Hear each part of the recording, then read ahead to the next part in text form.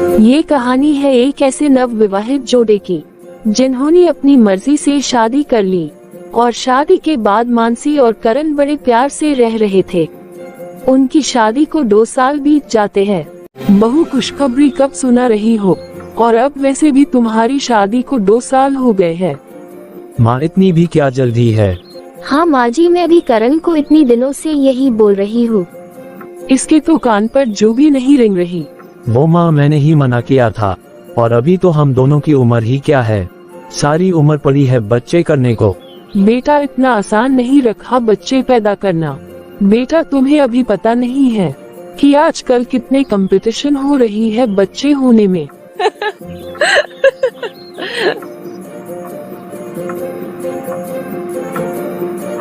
अरे माँ जी, कंपटीशन नहीं कॉम्प्लिकेशंस। अरे हाँ, वही बोल रही हूँ बहू।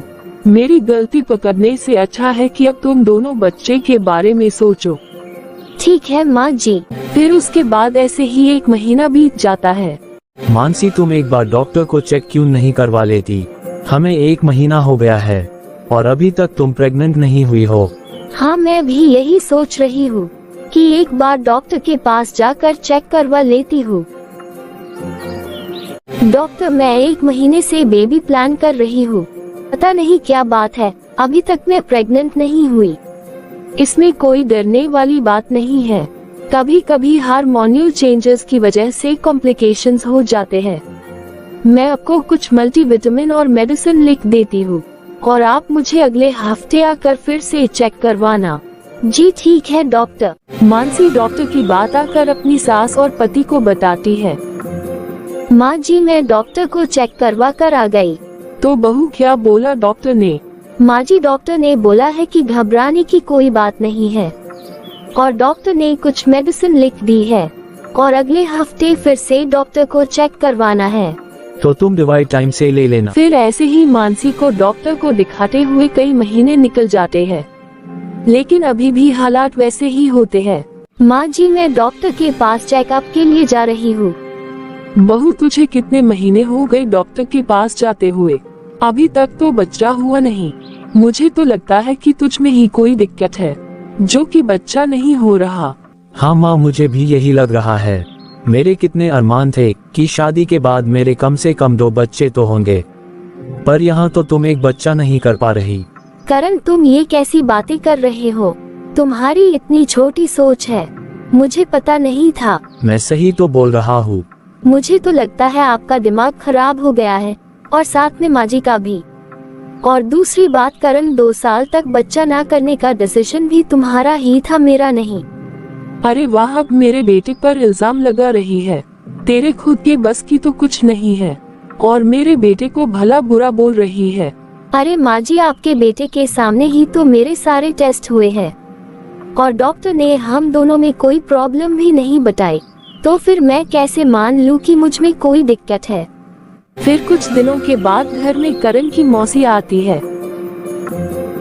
क्या बात है बेटा, आज तू स्टेशन पर लेने भी नहीं आया? अरे क्या बताऊं सरला, ये तो पहले से ही बहू से इतना परेशान है कि इसको तुझे लाना याद ही नहीं रहा। अरे ऐसा भी क्या हो गया? अरे तू पहले आराम से बैठ, कुछ खा पी ले फिर बताऊंगी। अरे मैं ट्रेन में बैठ कर ही आ रही हूँ, तू बता ऐसा क्या हो गया कि इसका ये हाल है? क्या बताऊं सरला, करण और मानसी की शादी को 3 साल हो गए, पर ना ही बच्चा हुआ ना ही उसकी कोई उम्मीद है। अरे तू ऐसा क्यों बोल रही है सुमन? अरे हो जाएगा बच्चा, तू तो अभी से उम्मीद छोड़कर बैठी है। दिल्ली में एक बाबा जी है, वो बच्चे होने की दवाई देते हैं और मैं बहू को वही ले जाऊंगी, फिर तू देख कैसे बच्चा नहीं होता। तो फिर ऐसा कर सरला, आज का दिन तू आराम कर ले, कल सुबह सुबह तू बहू को लेकर चली जा। हाँ हाँ बिल्कुल, शुभ काम में देरी कैसे। फिर सरला दूसरे दिन मानसी को लेकर बाबा जी के पास चली जाती है। बाबा जी, मेरी बहू के बच्चा नहीं होता, जरा देखी तो सही क्या बात है।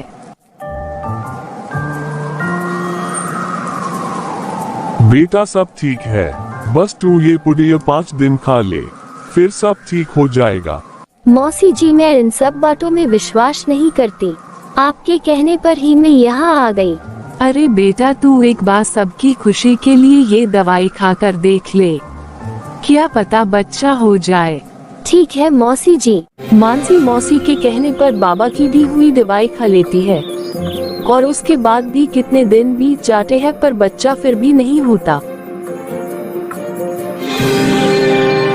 अरे बहू, तू कौन से सौंठ के लड्डू खाकर बैठी है कि तुझे सब हाजम है?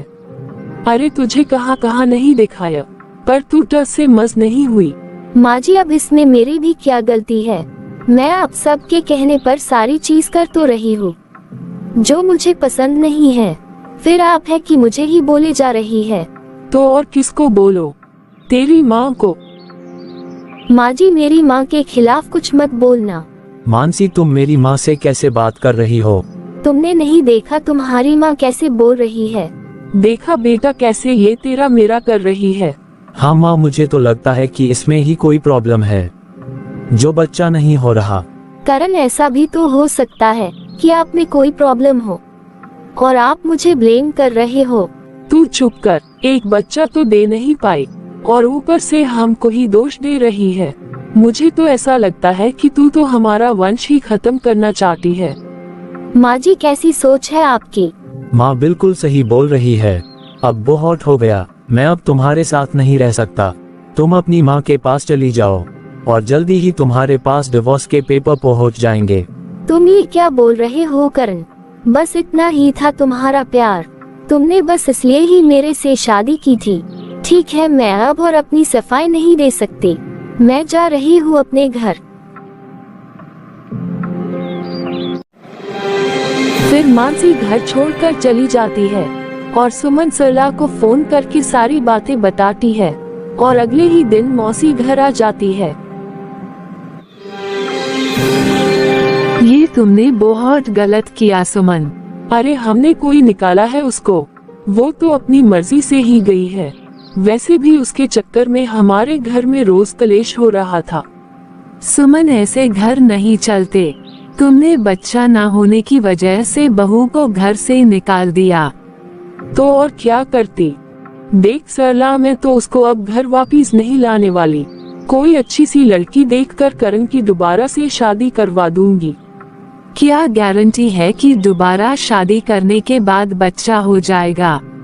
बल्कि तू करण को समझा और बहू को वापिस लेकर आ। उत्तराखंड में एक आश्रम है, दोनों को वहां भेज देंगे। सुना है कि जो भी पति पत्नी उस आश्रम में जाकर रहते हैं उसके कुछ दिनों में ही गोद भर जाती है। क्या तू सच बोल रही है? सुमन, ये भी कोई मजाक करने वाली बात है क्या? और अब जो कहा है वो कर, जाकर बहू को वापिस लेकर आ। मानसी अपने मायके में उदास बैठी होती है। इतने में पड़ोस की काकी उनके घर आती है मानसी से मिलने। और मानसी, कितने दिन हो गए तुझे मायके में आए हुए? वह कोई बात है? ससुराल में कुछ हुआ है क्या? क्या बताओ बहन। मानसी के ससुराल वालों ने बच्चा न होने का सारा इल्जाम मानसी पर लगा दिया। हाँ, वैसे भी ससुराल वाले कहाँ ऐसी बहू को रखते हैं? ऐसी का क्या मतलब है? अरे तू गुस्सा मत हो, मेरा वो मतलब नहीं था। मुझे लगा कि तुम भी मेरी बेटी को कसूरवार समझ रही हो। अरे नहीं नहीं, मानसी भी तो मेरी बेटी जैसी ही है। मैं उसके बारे में ऐसा कैसे सोच सकती हूँ? अरे हाँ, बेटी से याद आया, वो मानसी के शादी से पहले के कितनी सारे कपड़े पड़े हैं, वो तुम हेमा के लिए ले जाना। ये तो मोटी हो गई है और इसको तो आएंगे नहीं तो हेमा पहन लेगी। भला मेरी हेमा मानसी के कपड़े कैसे पहनेगी?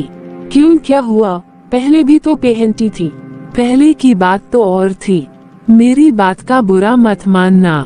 मानसी माँ नहीं बन सकती और इसके कपड़े पहना कर अपनी बेटी को भी इसके जैसा नहीं बना सकती। ये क्या बोल रही है आप? और आज के जमाने में ऐसी बातें कौन करता है?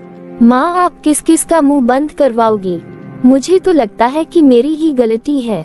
अच्छा, अब मैं तो चलती हूँ। काकी की बात सुनकर तो मानो मानसी के सार पर पहाड़ ही टूट जाता है। उधर करण भी दुखी बैठा होता है कि इतने में उसके चाचा जी का फोन आता है। करण बेटा बधाई हो, तू ताऊ बन गया है। सुनील के जुड़वा बच्चे हुए हैं। बधाई हो चाचा जी। देख ले बेटा, तेरे बाद शादी हुई थी सुनील की और तेरे से पहले ही खुशखबरी सुना दी। अब बेटा तू भी जल्दी से खुशखबरी सुना दे। हाँ चाचा जी बिल्कुल। क्या बात है बेटा, सब ठीक तो है? कहीं तू कुछ छुपा तो नहीं रहा? बेटा अगर कोई दिक्कत है तो बता, हमारे यहाँ एक बड़ा पुराना वैद्य है, तुझे उसके पास ले चलूंगा और सब ठीक हो जाएगा। नहीं चाचा जी, ऐसा कुछ भी नहीं है, वो तो हमने ही अभी तक प्लान नहीं किया। अच्छा ठीक है बेटा, अब बाकी सबको भी फोन करके बता दूं। जी चाचा जी, राम राम। राम राम बेटा। करण अपनी माँ को जाकर बताता है कि चाचा जी का फोन आया था और सुनील के जुड़वा बच्चे हुए हैं। ये बात सुनकर सुमन के पैरों तले जमीन खिसक जाती है और बिना कुछ सोचे समझे बहू को मना कर घर वापिस ले आती है। बहू तू हमें माफ कर दे, मैं भी बच्चे के लालच में इतनी पागल हो गई थी कि तुझे कैसा लग रहा होगा ये मैंने सोचा ही नहीं। माँ जी मुझे बुरा तो बहुत लगा, और ज्यादा बुरा तो तब लगता है जब घर के लोग ही बुरा बना देते हैं। हाँ बेटा, तेरी मौसी आई थी और उसने जब सुना कि हमने तुझे जाने को कहा तो उसका गुस्सा तो चौथे आसमान तक ही पहुंच गया। अब देख जो हुआ सो हुआ बेटा, अब मिट्टी डालो इन सब बातों पर और दोनों मिलकर आराम से रहो। माँ जी मैं तो अच्छे से ही रह रही थी, अगर मुझे करण इतना उल्टा सीधा ना बोलते तो न ही मैं अपने मायके जाती। आपको क्या लगा मैं वहाँ बड़े आराम से रह रही थी? मैं समझ सकती हूँ बेटा। नहीं माँ जी नहीं, आस पड़ोस के लोग आते थे और कुछ भी बोलकर चले जाते थे। मुझे पता है कि मैंने कैसे दिन बिताए हैं। मेरा भी यही हाल था मानसी। इस दुनिया में सिर्फ लड़कियों को ही नहीं, लड़कों को भी बहुत कुछ सुनना पड़ता है। हाँ पर तुम्हें कोई घर का बोलने वाला तो नहीं था। तुम भूल गए शायद कि तुमने मुझे कितना भी इज्जत किया था। अब सब छोड़ दो बहू और थोड़े दिन के लिए घूम आओ। एक साथ अकेले रहोगे तो मन में भरी खटास भी मिठास में बदल जाएगी। फिर सुमन करण और मानसी को आश्रम के बारे में बताती है और दोनों जाने को तैयार हो जाते हैं। आज कितने दिनों के बाद हम दोनों एक साथ अकेले हैं। मैं बच्चे के मोह में इतना पागल हो गया था कि मुझे कुछ और नजर ही नहीं आ रहा था। चलो छोड़ो अब पुरानी बातों को।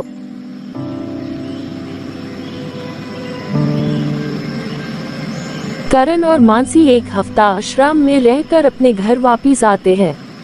मानसी कितने दिन हो गए हैं, मैंने तुम्हारे हाथ का खाना नहीं खाया, कुछ अच्छा सा बनाकर खिला दो। तो फिर ठीक है, मैं शाम को आपकी मनपसंद काली दाल और गार्लिक नान बना दूंगी। साथ में कुछ मीठा भी बना देना। हाँ बाबा बना दूंगी। मानसी क्या हम बच्चा अडॉप्ट कर ले? हाँ आप ठीक बोल रहे हो, पर एक बार माँ से भी पूछ लो। बच्चे को अडॉप्ट करना तो आसान है, पर उसको अपने बच्चे की तरह प्यार करना उतना ही मुश्किल है। लेकिन मैं ऐसे नहीं करूँगी, मैं उसको बहुत ही प्यार करूँगी। हाँ सही बोला, वो भी तो आखिर एक बच्चा ही है। सब अगर राजी हो तो हम एक बच्चा अडॉप्ट कर लेंगे। कुछ दिनों के बाद सबकी रजामंदी से करण और मानसी एक बच्चा अडॉप्ट करने के लिए तैयार हो जाते हैं।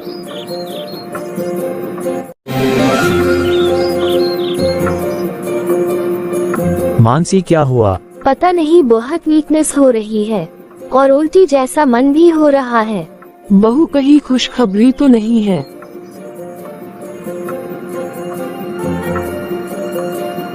पता नहीं माँ जी। अरे बेटा, बच्चा अडॉप्ट करने के लिए थोड़ी देर बाद चले जाना। बेटा पहले बहू को डॉक्टर के पास ले जा।